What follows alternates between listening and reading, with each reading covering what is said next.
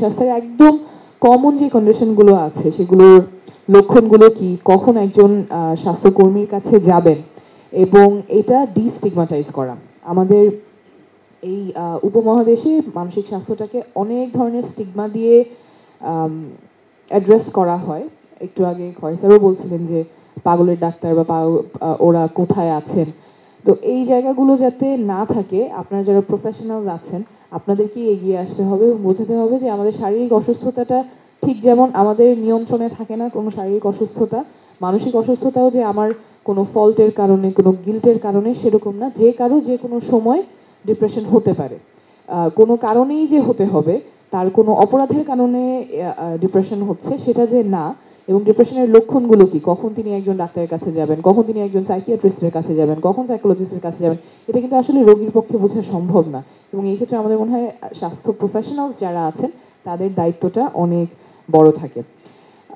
Access বাড়ানোর ক্ষেত্রে একটা তো জনসচেতনতা তৈরি করা, ইনফর্ম করা মানুষকে কমন কন্ডিশনসগুলো কী কী, কমন সিমটমসগুলো কী কী, সেগুলো নিয়ে আপনার প্রফেশনালসরা যখন এগিয়ে আসবেন তখন এভিডেন্স লেস মেডিসিন যারা আছেন, যারা প্র্যাকটিস করেন, সেই জায়গাটা কমে আসবে।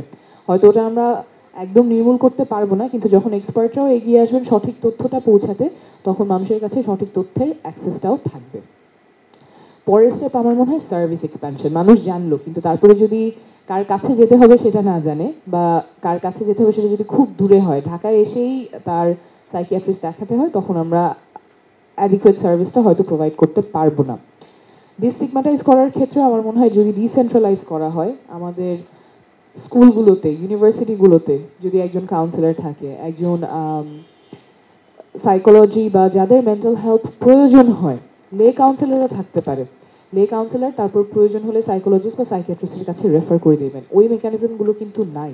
এবং আমরা দেখেছি যে এডুকেশনাল ইনস্টিটিউটগুলোতে ছাত্রদের বিভিন্ন ধরনের ট্রমাতে তো যেতে হয়, এবং ওই বয়সটাতেই তাদের মেন্টাল হেলথ সাপোর্টটা অনেক প্রয়োজন হয়, কিন্তু ওই মেকানিজমগুলো নাই। সে যে আবার ঢাকা মেডিকেল কলেজের সাইকিয়াট্রিতে এসে দেখাবে, তখন আবার আশেপাশের বন্ধুরা সেটা নিয়ে স্টিগমাটাইজ করবে। তো তার কাছ পর্যন্ত যাতে অ্যাক্সেসটা থাকে, সেই অ্যাক্সেসগুলো, সেই ফেসিলিটিসগুলো আমাদের ডেভেলপ করতে হবে।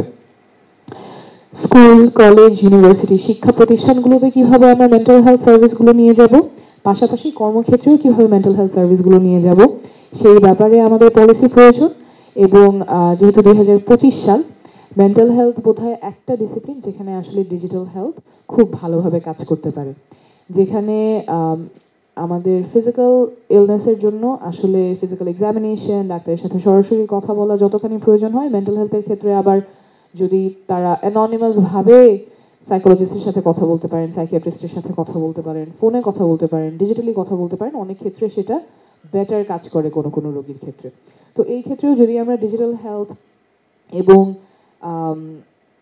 টেলি হেলথটা যদি ব্যবহার করতে পারি, তখনও আমাদের অনেকখানি অ্যাক্সেস আমরা ইমপ্রুভ করতে পারবো। সেটা যারা ছাত্রছাত্রী আছেন, যারা কর্মক্ষেত্রে আছেন, সবসময় একটা ফিজিক্যাল সেন্টারে গেলে যে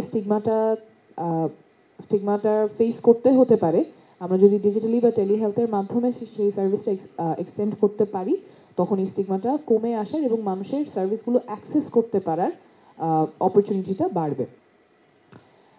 আরেকটা জিনিস আমার মনে হয়, আমরা অনেক সময় এই যে মেন্টাল হেলথ, ফিজিক্যাল হেলথ দুইটা সাইলোতে চিন্তা করি, আলাদাভাবে চিন্তা করি, আলাদাভাবে না। মানসিক স্বাস্থ্য আর শারীরিক স্বাস্থ্যকে আলাদা করে দেখা হয়, কিন্তু যার শারীরিক অসুস্থতা থাকে তার মনের উপরেও প্রভাব পড়ে, আবার যার মানসিক স্বাস্থ্য থাকে তারও শারীরিক অসুস্থতা থাকতে পারে। তো এটা হলিস্টিকভাবে যদি আমরা চিন্তা করতে পারি, এবং একজন মানুষ বা রোগী যারা আসছেন তাদের ক্ষেত্রে যদি আমরা হলিস্টিকভাবে একটু অ্যাড্রেস করতে পারি, তাহলে বোধহয় আমাদের সার্ভিস ওরিয়েন্টেশনটাও ডিফারেন্ট হবে। এবং আমরা জাতীয় নাগরিক পার্টি থেকে, যেটা আমাদের পার্টির ইশতেহারে প্রতিশ্রুতি দিয়েছি, আমরা প্রাইমারি কেয়ার, একদম প্রাথমিক স্বাস্থ্য সেবার পার্ট হিসেবেই মানসিক স্বাস্থ্যকে ইনক্লুড করব। এখন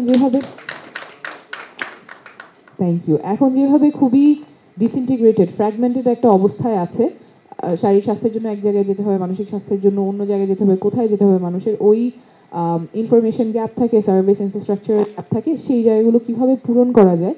এবং যখন প্রাথমিক স্বাস্থ্যতেই মানসিক স্বাস্থ্যটা অ্যাড্রেস হবে, তখন এই জনসচেতনতার ডিস্টিগমাটাইজেশনের প্রক্রিয়াটা অনেকখানি এগিয়ে যাবে। প্রাথমিক স্বাস্থ্যসেবার অন্তর্ভুক্ত করতে হলে আমাদের যে বাজেট বাড়াতে হবে, ওয়ার্কফোর্স বাড়াতে হবে। আমাদের তো সাইকিয়াট্রিস্ট, সাইকোলজিস্ট, এই জায়গায় অনেক অপ্রতুলতা আছে, সেই জায়গাগুলো পলিসি থেকে অ্যাড্রেস করতে হবে।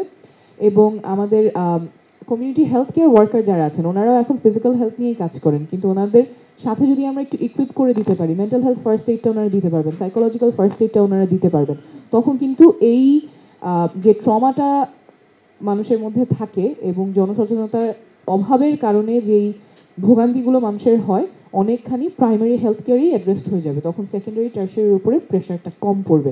তখন স্যাররা এখানে যারা আছেন, যারা অ্যাকচুয়ালি আপনাদের হয়তো স্কিজোফ্রেনিয়ার রোগীর উপরে আপনারা ফোকাস করতে পারবেন, যারা মাইল্ড টু মডারেট ডিপ্রেশন, সেটা হয়তো কমিউনিটি লেভেল প্রাইমারি লেভেলেই অ্যাড্রেসড হয়ে যাবে। সো প্রাইমারি হেলথ কেয়ার অন্তর্ভুক্ত করার জন্য বাজেট যা দরকার, ওয়ার্কফোর্সে যা ইমপ্রুভমেন্ট দরকার, সার্ভিস ইনফ্রাস্ট্রাকচার যা ইমপ্রুভমেন্ট দরকার, আমাদের প্রতিশ্রুতি যে উই উইল ডু দ্যাট। কারণ মানসিক স্বাস্থ্যটা যেভাবে আইসোলেটেডভাবে দেখা হয়, আসলে যে এফেক্টেড, যার মানসিক স্বাস্থ্যের সমস্যা হচ্ছে, তার জন্য এটা আইসোলেটেড একটা জিনিস না, তার জন্য এটা খুবই গুরুত্বপূর্ণ জিনিস এবং তিনিও হয়তো বুঝতে পারছেন না। তো ওই বোঝানোর কাজটাও আমাদের করতে হবে, সার্ভিসটাও ইনশোর করতে হবে। আমাদের শুধুমাত্র স্বাস্থ্য কেন্দ্রগুলোতে না, বিভিন্ন যে সেন্টারগুলো আছে, বিভিন্ন যে কন্ট্যাক্ট পয়েন্টগুলো আছে, যেখানে আমরা সচেতনতা বাড়াতে পারি এবং এই সার্ভিসগুলো এক্সটেন্ড করতে পারি, school, college, university, work place, সেই জায়গাগুলোতে আমাদের পৌঁছাতে হবে এবং কিছু আউটরিচও করতে হবে। শুধু ওনারা আমাদের কাছে আসবেন এরকম না করে আমরাও যাতে তাদের কাছে পৌঁছাতে পারি টেলি হেলথ, ডিজিটাল হেলথ এবং কমিউনিটি হেলথ কেয়ার ওয়ার্কারের মাধ্যমে, সেটা চিন্তা করতে হবে। আর সর্বশেষ যে কথাটা বলতে চাই সেটা হচ্ছে, আসলে দুঃশাসনের মধ্যে থাকলে মানসিক স্বাস্থ্য কারোই ভালো থাকে না। আমরা বিগত বছরগুলোতে যেরকম ভয়ের মধ্যে ছিলাম, যারা গুমের ভিকটিম আছেন, যারা এক্সট্রাজুডিশিয়াল কিলিংয়ের ভিকটিম আছেন, টর্চারের ভিকটিম আছেন, তাদের কথাও আমাদের চিন্তা করতে হবে। এবং আমাদের দেশে যদি আইনের শাসন প্রতিষ্ঠা হয়, সুশাসন প্রতিষ্ঠা হয়, তার আগ পর্যন্ত আসলে এই ট্রমাগুলো থেকে আমরা উত্তরণ করতে পারবো না। তো আপনারা যারা প্রফেশনালস আছেন, আপনাদের কাছে আমার আবেদন থাকবে যে এই জায়গাগুলোতে আপনাদের বিশেষ সাপোর্ট প্রয়োজন হবে। যারা ক্যাম্পাস ভায়োলেন্সের শিকার হয়েছেন, যারা গুমের যে ফ্যামিলিগুলো গুমের শিকার হয়েছেন, জুলাই আগস্টে যারা শহীদ পরিবার আছেন, আহতরা আছেন, তাদের দিকে আপনারা অনেকেই খুব ডেডিকেটেডভাবে সার্ভিস দিয়েছেন, কিন্তু আপনারা জানেন যে সামনে এটা আরও প্রকটভাবে আসতে পারে। যাদের পিটিএসডি অনেকের এখন ডেভেলপ করা শুরু করেছে, অনেক ম্যানিফেস্টেশন সামনে আসবে। তো আপনাদের থেকে ওই সার্ভিসটা আমরা আশা করব যে আপনারা চালিয়ে যাবেন এবং আরও ইন্টেন্সলি এই সার্ভিসগুলো প্রোভাইড করবেন। কিন্তু আমরা এমন বাংলাদেশটাও গড়ব যেখানে আর এই সার্ভিসগুলো প্রয়োজন হবে না। এই দুঃশাসনের কারণে মানুষের যে মানসিক স্বাস্থ্য ব্রেকডাউন, সেই জায়গাটা আর থাকবে না, সুশাসনটা আমরা প্রতিষ্ঠা করতে পারবো এবং নর্মাল যে মেন্টাল কন্ডিশন, শুধু সেগুলোর চিকিৎসাই আপনাদের করতে হবে। গুমের ভিকটিমের পরিবার, একজন রাস্তায় নেমেছে শান্তিপূর্ণ প্রোটেস্টের জন্য, পুলিশরা তাকে গুলি করেছে, সেই পরিবারের চিকিৎসা যাতে আপনাদেরকে আর দিতে না হয়। সকলকে অনেক ধন্যবাদ। অনেক ধন্যবাদ।